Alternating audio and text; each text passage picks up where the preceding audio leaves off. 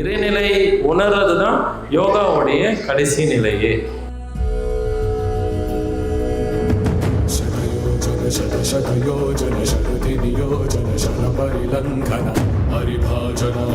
இந்த ஒரு ஆசனம் குழந்தையிலிருந்து யாரு பண்றாங்களோ அவங்க தான் வந்து சூப்பர் பிரைன் உள்ள ஒரு மாஸ்டர்ஸ்.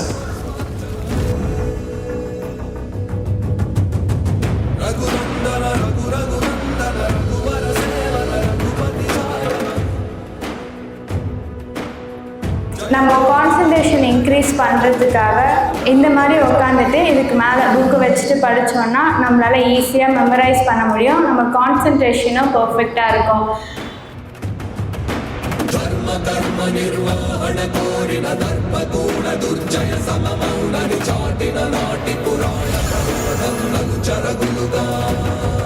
ஸோ அதுலேருந்து நான் கற்றுக்கினது நிறைய. ஸ்லோவாக ப்ரீத் பண்ணணும்,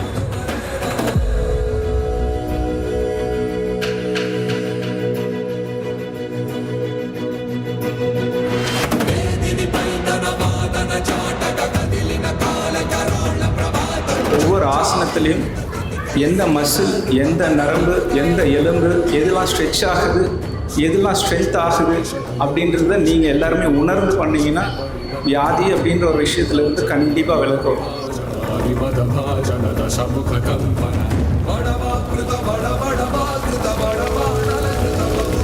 வாசி யோகம் அப்படின்னா என்னன்னு எனக்கு சொல்லிக் கொடுத்தாங்க. அதை ப்ராக்டிஸ் பண்ணேன். உண்மையிலே சொல்கிறேன், என் லைஃப்பில் பெரிய ஒரு மாற்றம்.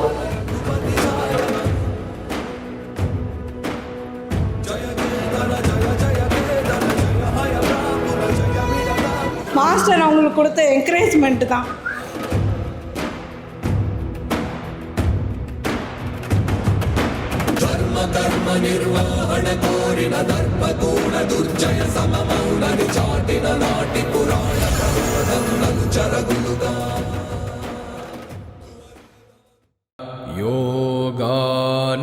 யோகானுசாசனம் யோகஸ்சித்தவृत्तिनिरोधः तदा द्रष्टुस्वरूपेऽवस्थानं वृत्तिसारूप्यमितरत्र वृत्तयः पञ्चतयः क्लिष्टाः प्रमाणविपर्ययविकल्पनिद्रा स्मृतयः प्रत्यक्षानुमानागमाः प्रमाणानि विपर्ययो मिथ्याज्ञानमतद्रूपप्रतिष्ठम् शब्दज्ञानानुपाती वस्तुशून्यो विकल्पः अभावप्रत्ययालम्बना तमोवृत्तिर्निद्रा अनुभूतविषया सम्प्रमोषः स्मृतिः अभ्यासवैराग्याभ्यान्तन्निरोधः तत्र स्थितौ यत्नोऽभ्यासः स तु दीर्घकालनैरन्तर्य सत्कारादरासेवितो दृढभूमिः दृष्टानुश्रविकविषयवितृष्णस्य वशीकारसंज्ञा वैराग्यम् तत्परं पुरुषख्यातेर्गुणवैतृष्ण्यम्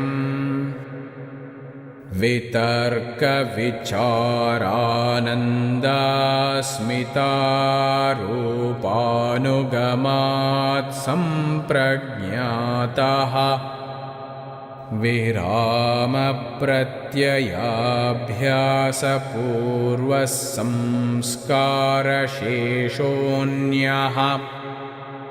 भवप्रत्ययो विदेहप्रकृतिलयानाम् श्रद्धा वीर्यस्मृति समाधिप्रज्ञापूर्वक इतरेषाम् तीव्रसंवेगानामासन्नः मृदुमध्याधिमात्रत्वात्ततोऽपि विशेषः ईश्वरप्रणिधानाद्वा क्लेशकर्मविपाकाशयैरपरामृष्टः पुरुषविशेष ईश्वरः तत्र निरतिशयं सर्वज्ञबीजम् स एष पूर्वेषामपि गुरुः कालेनानवच्छेदात् तस्य वाचकः प्रणवः तज्जपस्तदर्थभावनम् ततः प्रत्यक्षेतनाधिगमोऽप्यन्तरायाभावश्च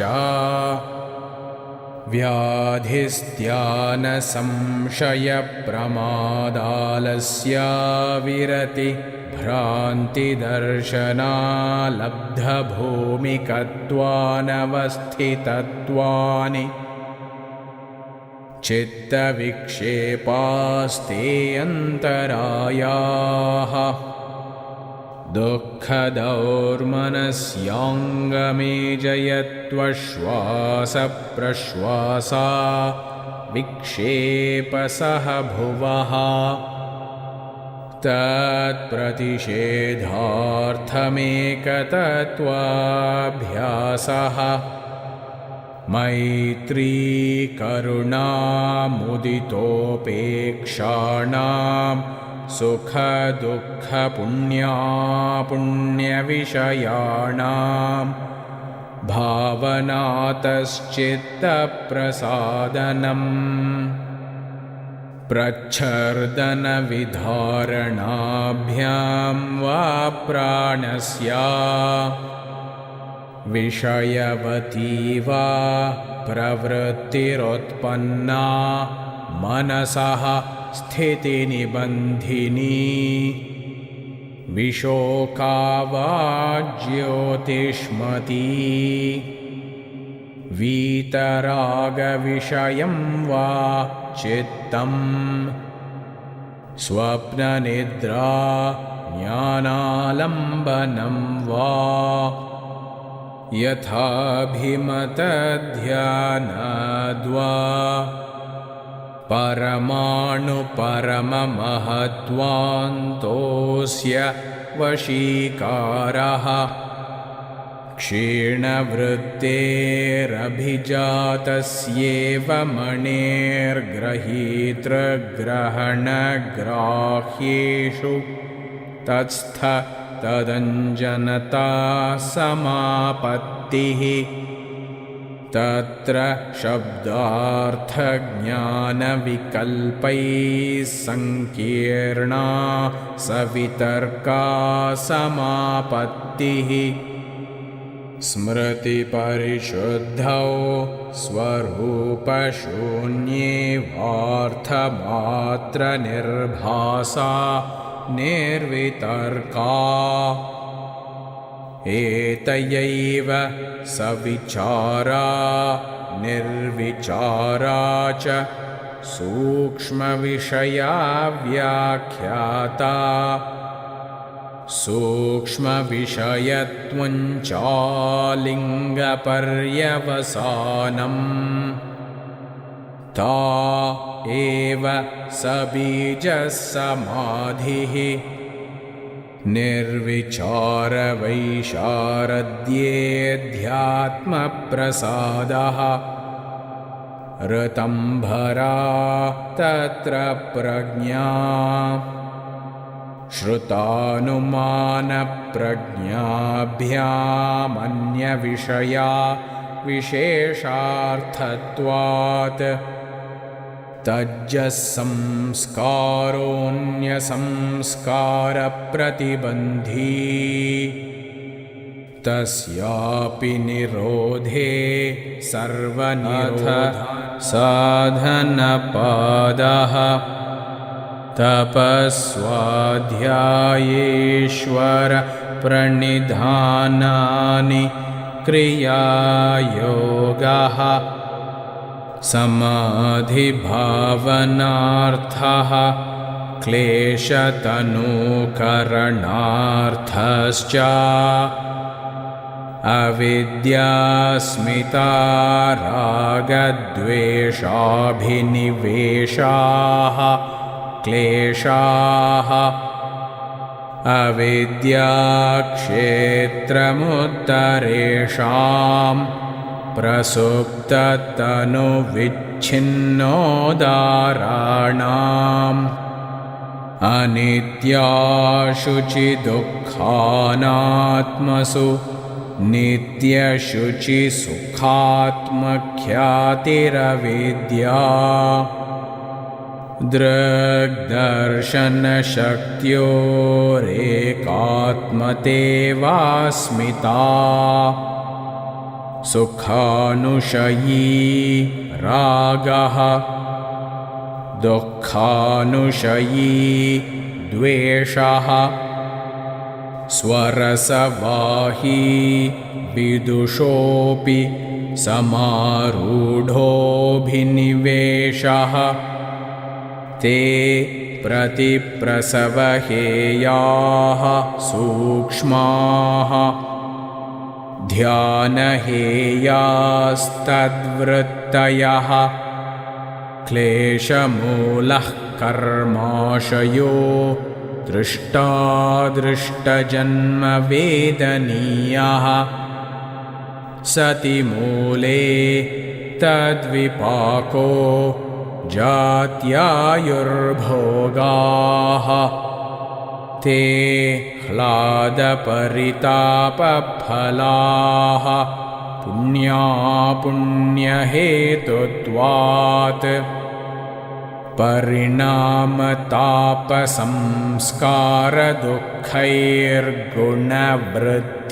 परिणामतापसंस्कारदुःखैर्गुणवृत्तिविरोधाच्च दुःखमेव सर्वं विवेकिनः हेयं दुःखमनागतम् द्रष्टृदृश्ययोः संयोगो हेयहेतुः प्रकाशक्रियास्थितिशीलं भूतेन्द्रियात्मकं भोगापवर्गार्थं दृश्यम् विशेषाविशेषलिङ्गमात्रालिङ्गानि गुणपर्वाणि द्रष्टादृशिमात्रशुद्धोऽपि प्रत्ययानुपश्यः तदर्थ एव दृश्यस्यात्मा कृतार्थं प्रतिनष्टमप्यनष्टं तदन्यसाधारणत्वात् स्वस्वामिशक्त्यो स्वरूपोपलब्धिहेतुः संयोगः. அந்த பேசிக் ஆசனா பார்த்தீங்கன்னா ஒரு 20 ஆசனா வந்து அட்வான்ஸ்டு. இப்போ வந்து ஒவ்வொருத்தர் பாடி ஒவ்வொரு மாதிரி. இப்போ சில பேருக்கு சிலது கொஞ்சம் ஈஸியாக வந்துடும், சில பேருக்கு சிலது கொஞ்சம் கஷ்டமாக வந்துடும். இப்போ ஃபார் எக்ஸாம்பிள் எனக்கு கொஞ்சம் இன்வர்ஷன் வந்து கொஞ்சம் ஈஸியாக வரும். மெயின் ப்ராப்ளம் வந்து எனக்கு சிங்கிள் லெக் வந்து எனக்கு எப்போதுமே வராது, அது கொஞ்சம் கஷ்டமாக தான் வரும். அது வரதுக்கு எனக்கு கொஞ்சம் லேட் ஆச்சு. பட் இப்போவும் அந்த பேலன்ஸ் 100% கிளியராக வராது. ஸோ ஃப்ரண்ட் பெண்டும் வந்து ப்ராப்ளம். ஸோ அந்த பர்டிகுலர் இதில் யார் யாருக்கு என்ன ப்ராப்ளம் இருக்குதுன்றதை கிளியராக ஐடென்டிஃபை பண்ணி அதுக்கு ஏற்றாப்புல வந்து அவர் வந்து ட்ரெயின் பண்ணுவார். Which is very rare. நீங்கள் பார்த்தீங்கன்னா வந்து அவ்வளோ டீப்பாக இவ்வளோ டீட்டெயிலாக வந்து ஒரு ஆசனாக்குள்ளே போயிட்டு யாருக்கு எந்த ப்ராப்ளம் இருக்குதுன்றதை வந்து ஃபிக்ஸ் பண்ணுறதுக்கு வந்து மாஸ்டருக்கு வந்து கண்டிப்பாக நன்றி. மாஸ்டர் இன்னும் சிங்கிள் லெக் எனக்கு இன்னும் ப்ராப்ளம் தான் மாஸ்டர், நான் ஒத்துக்கிறேன். அது இன்னும் ப்ராக்டிஸ் பண்ணி தான் இருக்கேன். ஸோ அது மாதிரி சொன்ன மாதிரி சில பேருக்கு சிலது ஈஸியாக வந்து சில பேருக்கு சிலது கஷ்டமாக இருக்கும். அதை வந்து நான் வந்து நீங்கள் மாஸ்டர் கிட்ட கேட்டுகிட்டே இருப்பேன், இது எப்படி பண்ணுது அப்படி பண்ணுதுன்னு. ஸோ அவர்கிட்ட கேட்டு இப்போ ஓரளவுக்கு அந்த 84 ஐ வுட் சே ஒரு 45 to 50 எனக்கு கொஞ்சம் க்ளீனாக பண்ண வரும். மீதி ஒரு 34 ஸ்டில் ப்ராப்ளம் தான். அது வந்து I'm just still practising it. இப்போ நான் ஆன்லைன் கிளாஸ் அட்டன் பண்ணுறதில்ல. ஸோ நார்மலாக வந்து நான் வந்து வீட்டிலே தான் ப்ராக்டிஸ் பண்ணிக்கிறேன். அதுக்கு வந்து மாஸ்டர் மெட்டீரியல்லாம் கொடுத்துட்டாரு. ஸோ அதனால் வந்து எல்லாத்துக்குமே நன்றி மாஸ்டர். Thank you master. மெயின் சேஞ்சில் என்ன ஃபீல் பண்ணேன்னா பாடி வந்து லூஸ், அது வெரி வெரி இம்பார்ட்டன்ட் திங். டைட்டான பாடி லூஸ் ஆகும். உங்களால் நல்லா ஃபோக்கஸ் பண்ணி நல்லா கிளியராக வந்து ஒரு வேலையை வந்து பண்ண முடியும். அது வந்து அது மிகப்பெரிய எனக்கு வந்து ஒரு சேஞ்ச். தேங்க்யூ. ரொம்ப சந்தோஷம். இவங்க ரொம்ப டெடிகேட்டிவாக ப்ராக்டிஸ் பண்ணவங்க. ஒரு நாளும் பிரேக் எடுக்கலை, ஒரு நாள் கூட பிரேக் எடுத்ததே இல்லை. அவங்க யாராச்சும் பிரேக் எடுத்தால் இன்ஃபார்ம் பண்ணுவாங்க, இவர் இன்ஃபார்ம் பண்ணவே இல்லை. என்னடான்னு பார்த்தா பிரேக்கே எடுக்கலை. அந்த கன்சிஸ்டன்ட் தான் ரொம்ப முக்கியம்.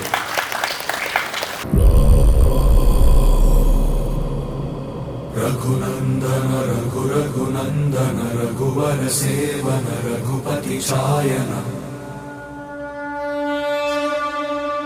शतयोजन शतशतयोजन शरधि नियोजन शर परिलंघन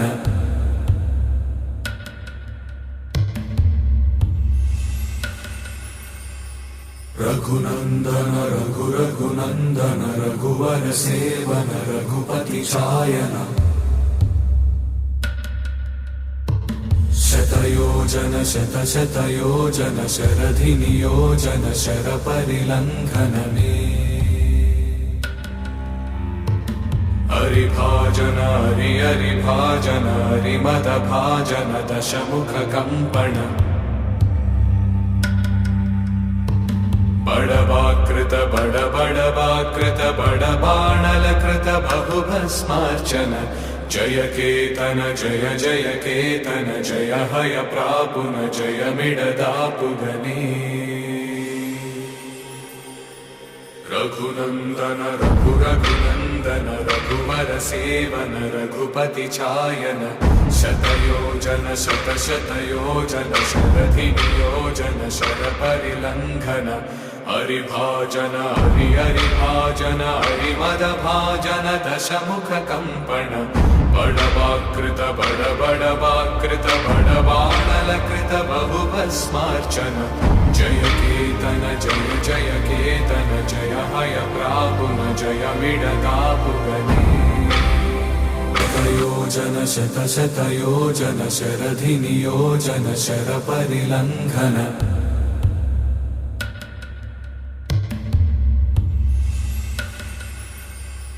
रघुनंदन रघु रघुनंदन रघुवर सेवन रघुपति चायन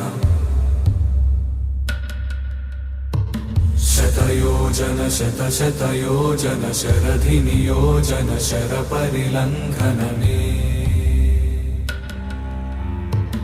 हरिभाजन हरि हरिभाजन हरिमद भाजन दशमुख कंपन बड़वाकृत बड़ बड़वाकृत बड़बाणलकृत बहुभस्मार्चन जय केतन जय जय केतन जय हय प्रापुन जय मिडदापुगने रघुनंदन रघु रघुनंदन रघुवर सेवन रघुपति चायन शतयोजन शतशतयोजन शरधि नियोजन शर परिलंघन हरिभाजन हरि हरिभाजन हरिमद भाजन दशमुख कंपन बड़वाकृत बड़ बड़वाकृत बड़बाणलकृत बहुभस्मार्चन जय केतन जय जय केतन जय हय प्रापुन जय मिडदापुगने रघुनन्दन रघु रघुनन्दन रघुवर सेवन रघुपति चायन शतयोजन शतशतयोजन शरधि नियोजन शरपरिलङ्घनने हरिभाजन हरि हरिभाजन हरिमदभाजन दशमुख कंपन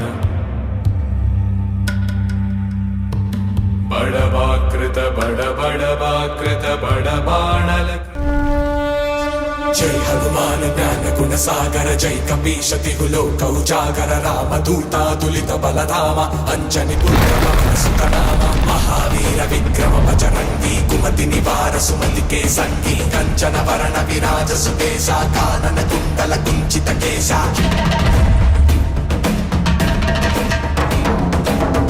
वज्र और ध्वजा विराजय कांते भूज जने भूषा जय शंकर सुवन केसरी नंदन तेज प्रताप महाजगवंदन विद्यावान गुणीयति चातुर राम काज करिवे को आतुर प्रभु चरित्र सुनिवे को रसिया राम लखन सीता मन बसिया सूक्ष्म रूप धरि सियहि दिखावा विकट रूप धरि लंक जरावा भीम रूप धरि असुर संहारे रामचंद्र के काज सवारे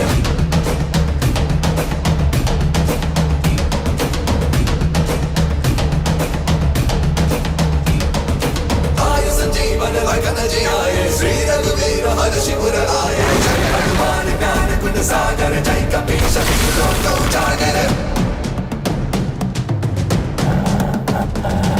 रघुपति कीन्ही बहुत बड़ाई तुम मम प्रिय भरत ही सम भाई सहस वदन तुम रोजस गावे अस कहि श्रीपति कंठ लगावे सनकादिक ब्रह्मादि मुनीषा नारद शारद सहित अहीसा जब कुबेर दिक्पाल चाहते कवि कोविद कर सके कहाते तुम उपकार सुग्रीव ही कीन्हा राम मिलाय राजपद दीन्हा तुमरो मंत्र विभीषण माना लंकेश्वर भय सब जग जाना युग सहस्र योजन पर भानु लील्योता मधुर फल जानू प्रभु बुद्धि लाने विमुखि माही जलति लाने कई अजर जनाने दुर्गम काज जगत के जयते सुगम अनुग्रह तुम्हारे देते राम तुम्हारे तुम रखवारे हो तना आज्ञा बिन पैसारे सब सिकल है तुम्हारी सरना तुम रक्षक काहू को डरना जय हनुमान ज्ञान गुण सागर जय कपीश तिहु लोक उजागर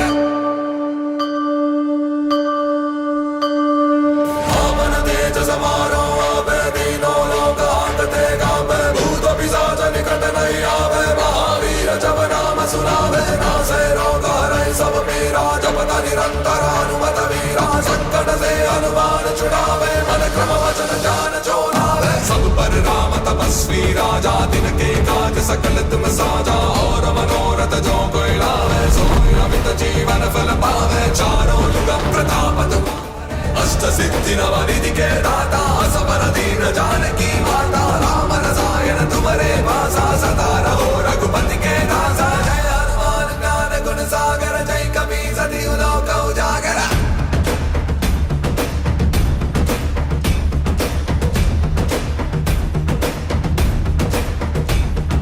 तुम्हारे भजन राम को पावे जन्म जन्म के दुख बिसरावे अंत काल रघुपति पुर जाई जहाँ जन्म हरि भक्त काई और देवता चित्तन धरई शंभो महादेव शंभो महादेव शंभो महादेव शंकरी गिरिजारमण शंभो महादेव शंभो महादेव शरणागत जन रक्षक शंभो महादेव शरणागत जन रक्षक शंभो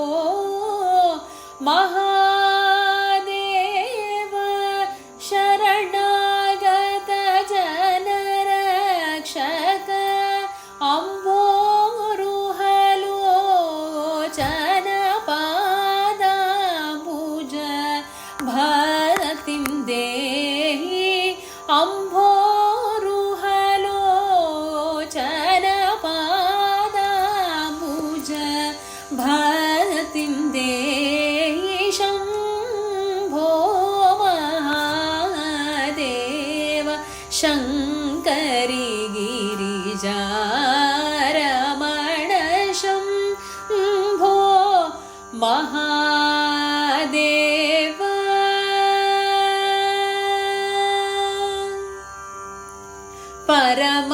परमदयाकर मृगधर हर गंगाधर धरणीधर भूषण त्यागराज वरहृदय निवेश परमदयाकर मृगधर हर गंगाधर धरणीधर भूषण त्यागराज वरहृदय निवेश सुरवृन्द किरीटमणि वरनीराजित पाद सुरवृन्द किरीटमणि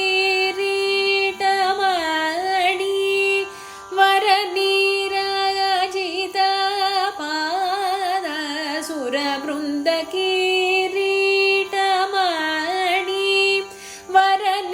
वरनीराजित पाद गोपुरवास सुन्दरेश गिरीश पारत्पार भवहरि गोपुरवास सुन्दरेश गिरीश पारत्पार भवहरि शम्भो महादेव शङ्करि गिरिजारमण शम्भो महादेव शम्भो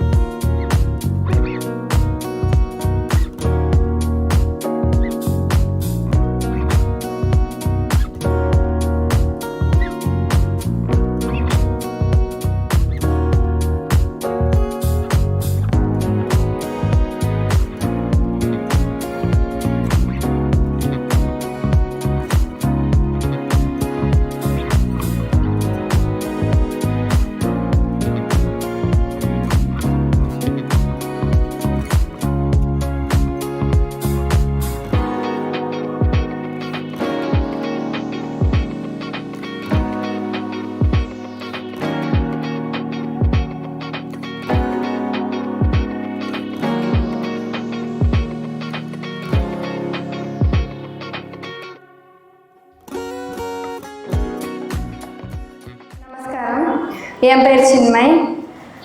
நான் மாஸ்டர் கிட்ட ஒரு 6 to 7 இயர்ஸாக யோகா பண்ணிகிட்ருக்கேன். நான் 4th ஸ்டாண்டர்ட் படிக்கும் போதுலேருந்தே மாஸ்டர் கிட்ட யோகா பண்ணிகிட்ருக்கேன். இப்போது நான் 10th ஸ்டாண்டர்ட் படிக்கிறேன். நான் வந்து மெடிடேஷன் பண்ணிவிட்டு அதுக்கடுத்து ஸ்டடீஸ் ஆரம்பிப்பேன். ஒரு 1 hour உட்காந்து படிக்கிறத வந்து 15 minutes இல்லை 30 minutesக்குள்ளேயே நம்மளால் படித்து முடிக்க முடியும். மெடிடேஷன் பண்ணிவிட்டு பண்ணோன்னா நம்ம கான்சன்ட்ரேஷன் இன்க்ரீஸ் பண்ணுறதுக்காக இந்த மாதிரி உட்காந்துட்டு இதுக்கு மேலே புக்கு வச்சுட்டு படித்தோன்னா நம்மளால் ஈஸியாக மெமரைஸ் பண்ண முடியும். நம்ம கான்சன்ட்ரேஷனும் பர்ஃபெக்டாக இருக்கும். நம்ம எங்கேயும் வேறு எந்த தாட்ஸும் யோசிக்க மாட்டோம். படிக்கிறோன்னா அதுக்கு மேலே கவனம் இருக்கும். ஸோ நீங்கள்லாம் படிக்கும் போது இந்த மாதிரி உட்காந்து படிக்க ட்ரை பண்ணுங்கள். லாஸ்ட் டைம் மாதிரி இந்த வாட்டி நான் உங்களுக்கு ஒரு சின்ன ஸ்டோரி சொல்ல போகிறேன். ஒரு ஊரில் ஒரு சித்தர் இருந்தாங்க. அவங்க வந்து சொற்பொழிவுலாம் பேசுவாங்கள்ல, நான் எப்படி இருக்கணும், எப்படி லைஃப் மூவ் ஆன் பண்ணணும், இல்லைனா சாமி பற்றி, இல்லை அவங்களோட முன்னோர்கள் பற்றி அந்த மாதிரி சொற்பொழிவு சொல்லுவாங்க. ஒன்று மரத்து கீழே இல்லைன்னா வீட்டு முன்னாடி இருக்க திண்ணையில் உட்காந்து சொல்லுவாங்க. ஒரு பர்சன் சொற்பொழிவு சொல்கிறவங்க இருக்காங்க. அவங்க வந்து வீட்டுக்கு முன்னாடி இருக்க திண்ணையில் உட்காந்து சொல்லிகிட்டு இருப்பாங்க. அவங்க அந்த வீட்டில் வேலை செய்கிற அந்த ஆடு மாடெல்லாம் பார்த்துக்கிற ஒரு வேலைக்காரங்க இருக்காங்க. அவங்க யோசிக்கிறாங்க, எவ்வளோ சொற்பொழிவு கேட்கறதுக்காக முன்னெல்லாம் வேறு நாட்டிலேருந்து கூட கேட்டுட்டு போக வருவாங்க. அவ்வளோ தூரத்துலேருந்து வராங்களே, நம்ம இங்கே தானே இருக்கோம், ஆனால் நம்ம கேட்க மாட்டேங்கிறோமே அப்படின்னு சொல்லிட்டு அவங்க யூட்டிலைஸ் பண்ணி அவங்கக்கிட்ட கேட்குறாங்க, நான் ஒரு நாள் உட்காந்து கேட்கட்டுமா அப்படின்னு சொல்லிட்டு கேட்டிருக்காங்க. அதுக்கு அந்த வீட்டோட ஓனர் வந்து, இல்லை நீ ஒன்று கேட்டால் உனக்கு புரியாது, நீ என்ன சொன்னாலும் உனக்கு புரியாது அப்படின்னு இருக்காங்க. பரவாயில்ல, நான் கேட்டு தான் பார்க்குறேனே எப்படி இருக்குது அப்படின்னு சொன்னோம். சரி நீ கேளுன்னு சொல்லிட்டு ஃபஸ்ட்டு கிளாஸ் அட்டன் பண்ணாங்க. கிளாஸ் முடிஞ்சதுக்கடுத்து அந்த வீட்டோட ஓனர் கூப்பிட்டு கேட்குறாங்க, உனக்கு எதனா புரிஞ்சுதா அப்படின்ட்டு. இல்லை எனக்கு எதுவும் புரியலன்றாங்க. அதே மாதிரி மறுபடியும் கொஞ்ச நாள் 2வது கிளாஸ் 2nd கிளாஸும் அட்டன் பண்ணி முடிக்கிறாங்க. அப்பயும் கேட்குறாங்க, உங்களுக்கு வேறு எதனா புரிஞ்சுதா அப்படின்ட்டு. இல்லை எனக்கு எதுவும் புரியல அப்படின்றாங்க. 3rd கிளாஸும் கேட்கும் போது இல்லை எனக்கு புரியலன்னு தான் சொல்கிறாங்க. அப்போது வந்து அந்த வீட்டோட ஓனர் வந்து ஒரு கூடையை கொடுத்து இதில் தண்ணி எடுத்துகிட்டு வா அப்படின்னு சொல்கிறாங்க. இவங்களும் போயிட்டு தண்ணி அந்த கிணத்துலேருந்து தண்ணி எடுக்கிறாங்க. அந்த கூடையில் பூக்கூடெல்லாம் இருக்கும்ல, ஓட்டையாக அந்த மாதிரி கூடை கொடுத்து அனுப்புகிறாங்க. இது ஓட்டையாக இருக்கிறதுனால தண்ணி எடுக்க முடியலையே அப்படின்னு சொல்லிட்டு அந்த ஓனர்கிட்ட வந்து சொல்லுவாங்க. அதுக்கு அந்த ஓனர் வந்து, இல்லை இதே மாதிரி தான் நீனும், நான் இங்கே என்ன சொன்னாலும் உனக்கு புரியாது அப்படின்ற மாதிரி சொல்லுவாங்க. அதுக்கு அந்த வேலைக்காரங்க வந்து, எனக்கு இந்த ஓட்டையில் இந்த ஓட்டை இருக்கக்கூட இதில் வந்து தண்ணி எடுக்க முடியாது, பட் ஆனால் அந்த கூடை க்ளீன் ஆகிடுச்சுல அது போதும். அதே மாதிரி தான் நான் வந்து சொற்பொழிவு கேட்டேன், எனக்கு புரியலனா கூட என்னோடய மைண்டு சுத்தமாகிடுச்சுல, எனக்கு அது போதும் அப்படின்ற மாதிரி சொன்னாங்க. ஸோ நம்ம மெடிடேஷன் பண்ணும்போது, மெடிடேஷன் பற்றி சொல்லும் போது நம்மளுக்கு புரியுதோ இல்லையோ, சேம் அவங்களுக்கு மாதிரியே நம்ம மைண்டு வந்து க்ளீனாக இருக்கும். தேங்க்யூ. சின்ன கிஃப்ட்டு. இந்த கிஃப்ட் வந்து சென்னை சித்த வித்யா நிலையம் அறக்கட்டளை அவங்களுடைய எல்லா டீமுக்குமே வந்து ஒரு சின்ன கிஃப்ட் கொடுக்குறதா. நமக்கு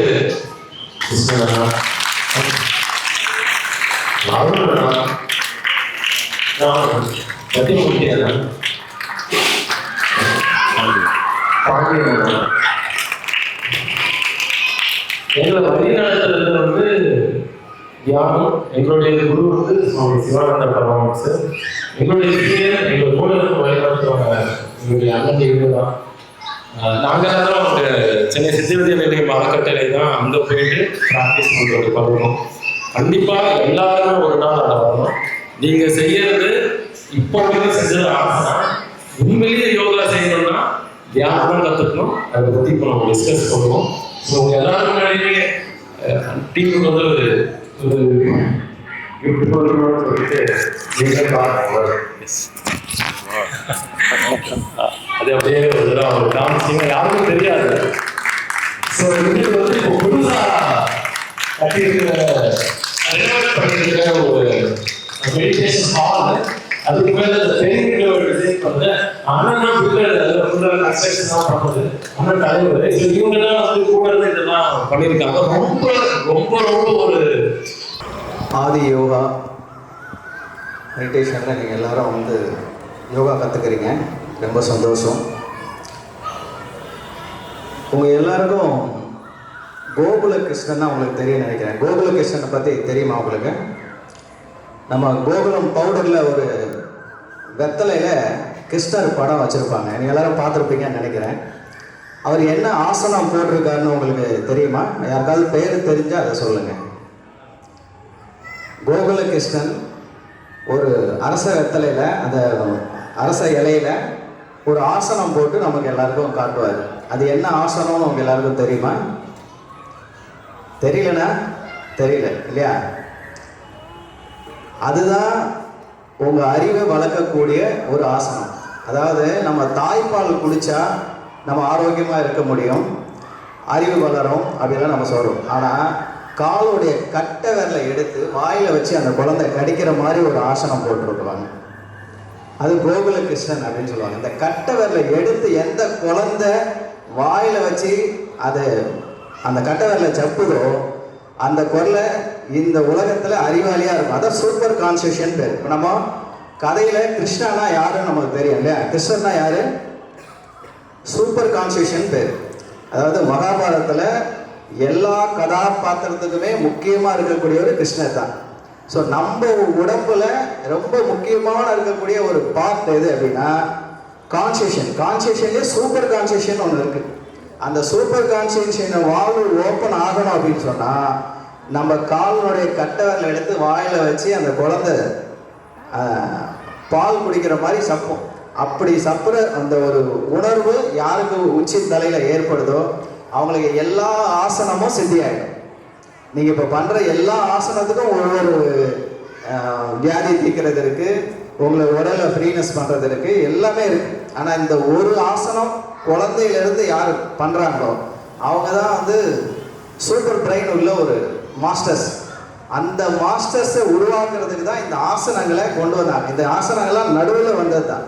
ஆனால் குழந்தைங்க கருவிலே எல்லா ஆசனமும் பண்ணுறாங்க. கருவில் இருக்கும்போதே குழந்தைகள் எல்லா ஆசனமும் பண்ணி தான் அவங்களுக்கு அந்த கான்செப்ஷனே உருவாகுது. மூளை உருவாகும் போது அந்த மூளையில் எல்லா பதிவுகளும் போய் சேரணும் அப்படின்னா அந்த குழந்தை என்ன பண்ணணும்? உருளணும், காலுக்கு உதறணும், கையை வந்து அது இறுக்கி பிடிச்சிக்கணும். கையை இந்த ஆசனம் வந்து நல்ல எந்த அளவுக்கு அது இறுக்கி பிடிச்சிக்குதோ, இந்த ஆசனத்தை எந்தெந்த குழந்தைலாம் இறுக்கி பிடிக்குதோ அந்த குழந்தைங்களாம் அறிவாளியாக இருக்கும். அந்த உருளும் போது அந்த குடல் மாட்டிக்காமல் உருளணும். அந்த குடல் மாட்டிக்கிற குழந்தைங்களாம் பார்த்தீங்கன்னா ஒன்று தலையில் பிரச்சனை வரும், அப்படி இல்லைன்னா கை கால் நடக்கிறதுல பிரச்சனை வரும். அந்த குடல் மாட்டிக்காத எந்த குழந்தை உள்ள வயிற்றுல உண்டு ஆசனம்லாம் பண்ணுதோ அந்த குழந்தை பிறந்த உடனே காலை எடுத்து வாயில் வச்சு பால் சாப்பிட்ற மாதிரி சாப்பிடும். அந்த ஆசனம் தான் சூப்பர் கான்சியேஷன். அந்த ஆசனத்தை நீங்கள் எல்லாரும் பண்ணி ட்ரை பண்ணி பாருங்கள். இந்த வயசுலேயும் அது பண்ணலாம். இந்த வயசுலேயும் நீங்கள் அதை பண்ணீங்க அப்படின்னு சொன்னால் உங்களுடைய ஐ கான்டாக்ட்னு சொல்லுவாங்க. ஐனா நம்ம கண்ணுன்னு நினச்சிட்டு இருக்கோம்ல, ஒருத்தருடைய கண்ணுக்கு நேராக பார்த்து பேசுங்க. ஐ கான்டாக்டில் பேசுனீங்கன்னா எல்லாம் சக்ஸஸ்ஃபுல்லாக ஆகும், தைரியமாக பேச முடியும், தெளிவாக பேச முடியும்னு சொல்லுவாங்கள்ல. ஆனால் இந்த ஐ கான்டாக்டுக்கே இவ்வளோ பவர் இருக்குது அப்படின்னா உங்களுடைய ஐ ஒன்று இருக்குது, உள்ள உங்களுடைய பார்வைன்னு ஒன்று இருக்குது. அந்த கான்டாக்ட் ஆகுது. இந்த ஆசனத்தை பிடிச்சி யார் பண்ணுறாங்களோ அவங்களுக்கு ஐ கான்டாக்ட் ஆகிடும்.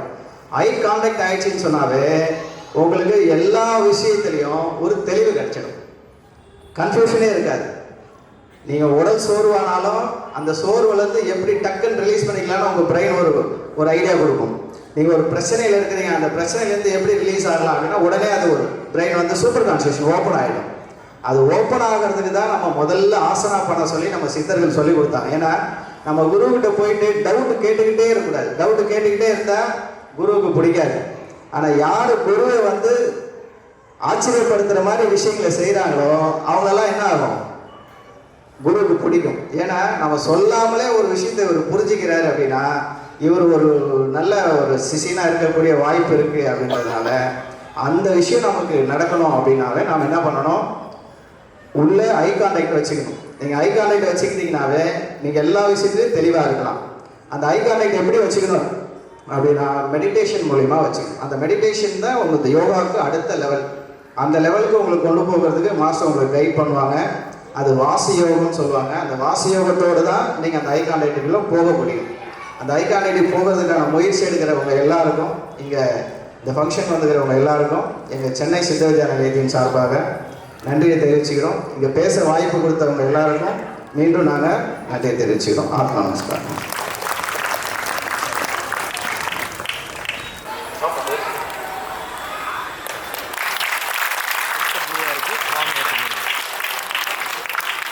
இவங்க வந்து இன்டர்மீடியட் லெவலில் முடித்தவங்க.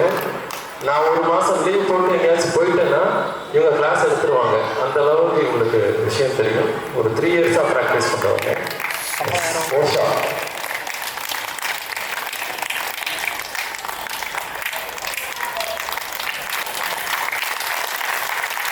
விஸ்வா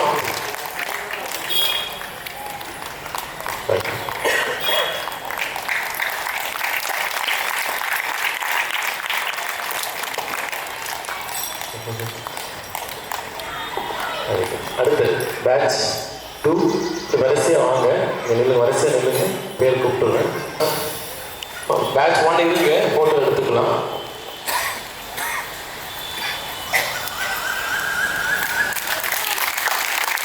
இவர் நிறைய கேள்வி கேட்பாரு. அடுத்து இருக்கு மதுஸ்ரீ. சர்டிஃபிகேட் வாங்கினவங்க நின்றுங்க, ஒரு ஃபோட்டோ எடுத்துக்கலாம்.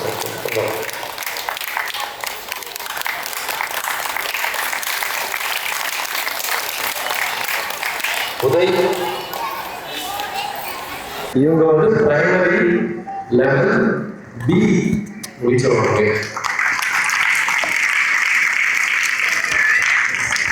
அடுத்தது காவியா.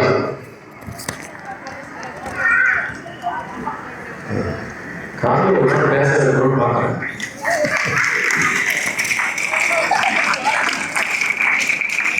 பார்த்தசாரதி அடுத்து சாயம் ரெடியாக. ஆமாம், அவங்க எதெல்லாம் கேட்பாங்க சொல்லையெல்லாம் வந்துட்டு காலை நிறுவது கிடையாது இல்லை நம்மளுடைய பழக்கத்தில். சரி, நீங்கள் கேட்கலாம், இந்துவிசம்ல இருக்கிற ஒரு கல்ச்சர் அப்படின்றது உண்மை. இப்பவும் பண்ணுறாங்க. காலில் விழும்போது என்ன ஆகுதுன்னா நம்ம எல்லாருமே ஈக்குவல் அப்படின்றது மிஸ் ஆகுது, இன்ஈக்குவாலிட்டி ஆகுது. அதாவது என்னுடைய விஷயமே என்னன்னா, எனக்கு நான் குரு, என்னுடைய மனசு தான் எனக்கு குரு அப்படின்றது. குரு என்பது வெளியே ஆள் இருக்கலாம், நம்மளுக்கு சொல்லித்தரவங்க எல்லாருமே குரு தான். ஆனா அது காலில் விழுத்து பண்ணணும்னு அவசியம் இல்லைன்றது எங்களோட ரூல்ஸ்லயே இருக்கு. ஆமா, அது நம்ம இங்க யாருக்குமே அந்த இது நம்ம பண்ணதே கிடையாது. தெரியும் நீங்க. ஓகே, சாய்ராம். சாய்ராம்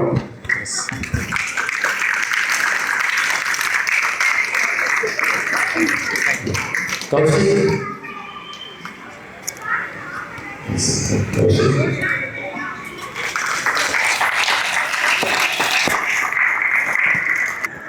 அது அவங்க அடுத்து வாங்க சத்தியமூர்த்தி கொடுக்கலாம். நிறைய சர்டிஃபிகேட் இருக்கு, அதனாலதான் வாங்க வாங்க. அது கண்மணி. இவங்க எல்லாருமே பிரைமரி லெவல் ஏன் முடிச்சவங்க. ஆமா,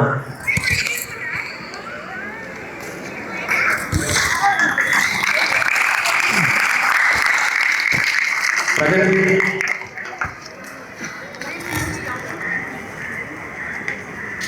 வேர்ல்டு லெவலில் வரணும். அடுத்து நீலாஸ்ரீ. நீலாஸ்ரீ நீலா நீலா பேரன் எங்கே இருக்கீங்க? அடுத்தது நீங்கள் வேர்ல்டு லெவலில் வரணும்.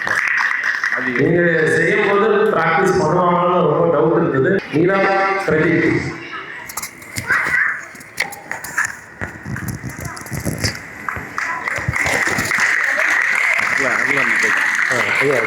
அடுத்து இருக்கு ஸ்ரீநிகேஷ். ஸ்ரீநிகேஷ் பேரண்ட் வந்து ஃபர்ஸ்ட் டே ஜாயின் பண்ணும்போது கீழே கேட்டு வாசலை நிற்க வச்சு, டேய் போகுங்களா, ஃபீஸ் கட்டணுமா? சர்வேஷ், லக்ஷன், லக்ஷன் எல்லாருமே வந்து ஃபர்ஸ்ட் லெவல் முடிச்சவங்க. இப்போ வாங்குறீங்களா? அடுத்து சஞ்சய்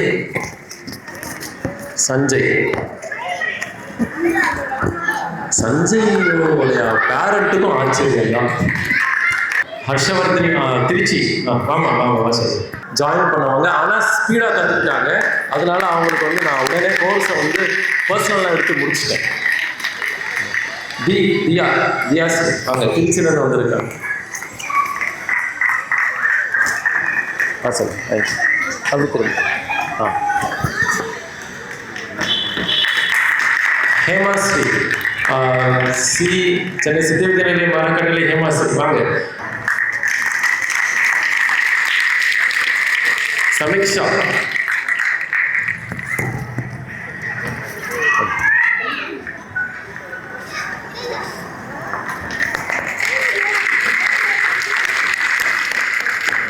அஸ்வின் ராஜா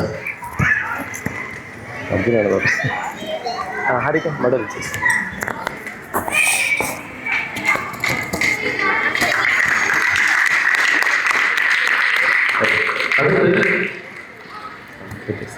டீச்சர்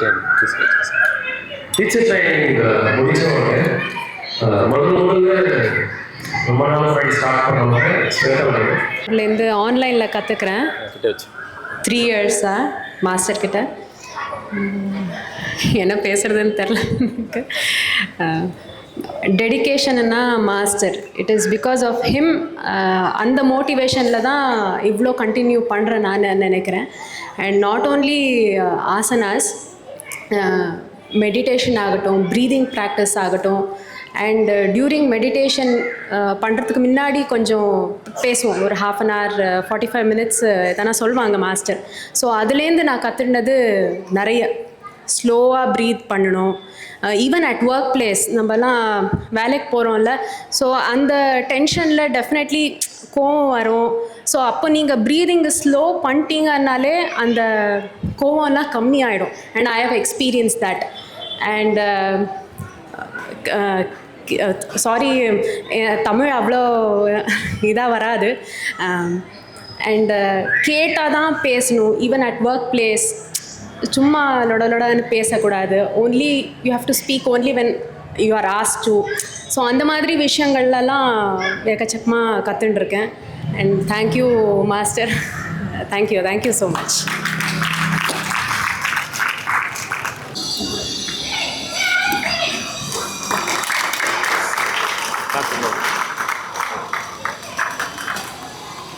நன்றி மாஸ்டர். அப்படியே இருங்க, சரி உட்காருங்க, அப்புறம் ஃபோட்டோ எடுத்துக்கலாம். நான் அடுத்து டீச்சர் ட்ரைனிங் கோர்ஸ் முடித்தவங்க அரவிந்த் சார் வாங்க. ஆமாம், அவங்களுக்கு வந்து இதுக்கு முன்னாடி இதே மாதிரி பண்ணியிருந்தோம். ஆனால் எல்லோரும் முன்னாடி நம்ம சர்டிஃபிகேட் கொடுத்ததில்லைன்னு சொல்லிட்டு அருணா வாங்க. நான் ஒரு 3 இன்னும் 2 பேர், சரி யாராச்சும் வாங்க. இன்னும் 2 பேர் இருக்காங்க. பெடல் போட்டு விட்டுருங்க.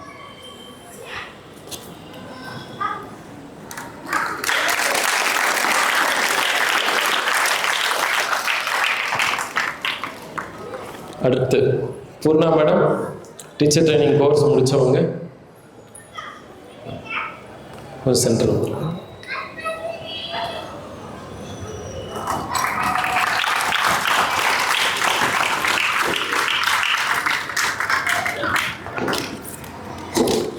ஜெய்சி இல்லைன்னா வாங்கண்ணா, நீங்கள் ஏதாச்சும் ஸ்பீச் சொல்லிவிட்டு பூர்ணா மேடம் நீங்களும் ஸ்பீச் சொல்கிறது.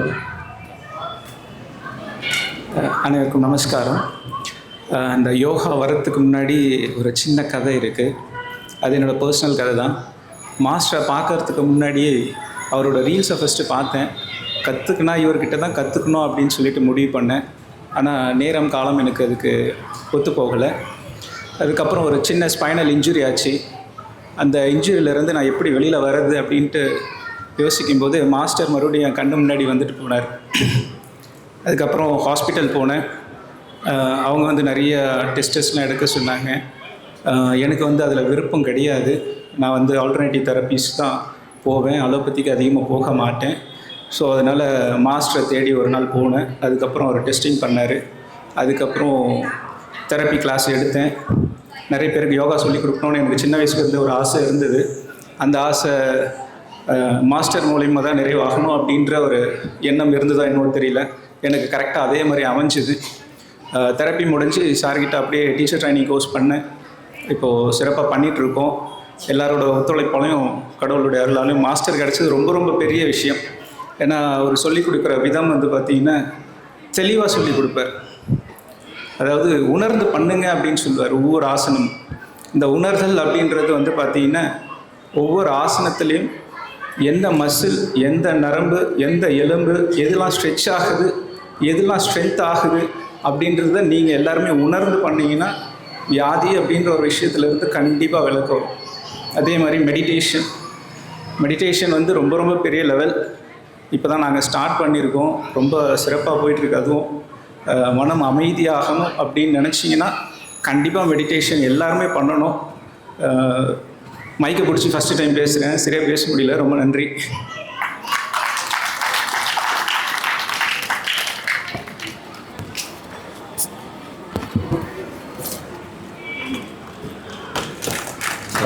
அடுத்து வந்து ஸ்வேதா மேடமுடைய ப்ரைஸ் ஒன்று இருக்குது. ஒரே ஒரு ப்ரைஸ் மட்டும் வாங்க. ஸ்வேதா மேடம் வந்து பர்ஃபார்மன்ஸ் பார்த்தீங்க இல்லையா, அவங்களுக்கு காம்படிஷன் அட்டன் பண்ணாங்க ஆன்லைன்லேயே. அவங்களுக்கு ப்ரைஸ் ஒன்று கொடுக்க மாட்டேன், ஏன்னா நான் வந்தால் நீங்கள் சென்னை வந்த பிறகு எல்லாரும் முன்னாடி வாங்கிக்கோங்க அப்படின்னு சொன்னேன். ஸோ இது ரொம்ப ரொம்ப பழைய